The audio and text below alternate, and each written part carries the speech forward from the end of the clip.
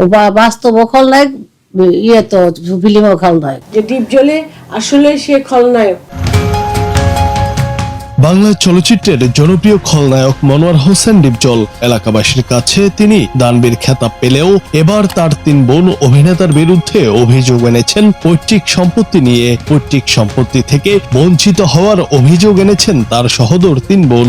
এমন অভিযোগের পরিপ্রেক্ষিতে সামাজিক যোগাযোগ মাধ্যমে ডিপজল এটাকে মিথ্যা অপবাদ দাবি করে লিখেছেন, আল্লাহই সবকিছুর উত্তম বিচারক। যদি আইন অনুযায়ী তারা মালিক হন তবে তাদের প্রাপ্য অংশ অবশ্যই তারা পাবে। না, কোনো খবর নেয়নি, কোনো খবর নেই, কোনো সহযোগিতা নেই এবং ওনার কাছে কোনো প্রুফ নাই এগুলি। ডিপজলের ফেসবুক পোস্টের পর অভিনেতার বোন পারভিন বেগম গণমাধ্যমকে বলেন, আমার বাবা অনেক প্রপার্টি রেখে গেছেন, তারা 3 ভাই 3 তলায় থাকে। আমার মাকে নিচতলায় আন্ডারগ্রাউন্ডে দেওয়া হয়েছে, সেখানে কাজের মেয়ে যা রান্না করে দিত তা খেত। আমার ভাইয়েরা কিন্তু একই বাড়িতে থাকে, 3 তলা 4 তলা 5 তলায়। কখনো কি তাদের বাসা থেকে আমার মায়ের জন্য ভাত দিয়েছে? দেয়নি। আমার 3 ভাইয়ের 1 ভাইও বলতে পারবে না আমার মাকে ভাত খাইয়েছে।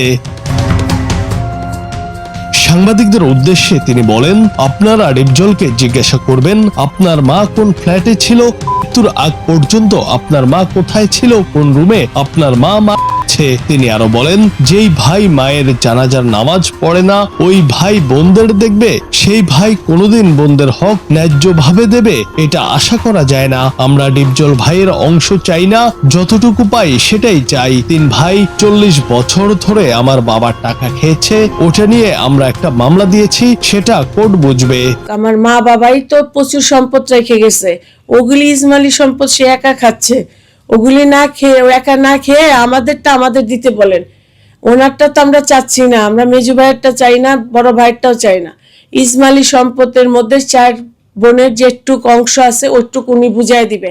ডিপজল সহ 3 ভাই আমাদের বোনদের 2000 কোটি টাকার সম্পত্তি আত্মসাৎ করেছে উল্লেখ করে পারভিন বলেন, বর্তমান বাজার মূল্য অনুযায়ী মোট সম্পত্তি আনুমানিক 5000 কোটি টাকার। 3 ভাইয়ের 3000 কোটি, আমাদের 4 বোনের 2000 কোটি টাকার সম্পত্তি, অর্থাৎ প্রতি জনের 500 কোটি টাকার সম্পত্তি। আমাদের 4 বোনের 2000 কোটি টাকার সম্পত্তি ডিপজলের কাছে। এই 40 বছর সম্পত্তি বাবদ কোথা থেকে কত ভাড়া নিয়েছে আমাদের জানা আছে বলেও উল্লেখ করেন তিনি।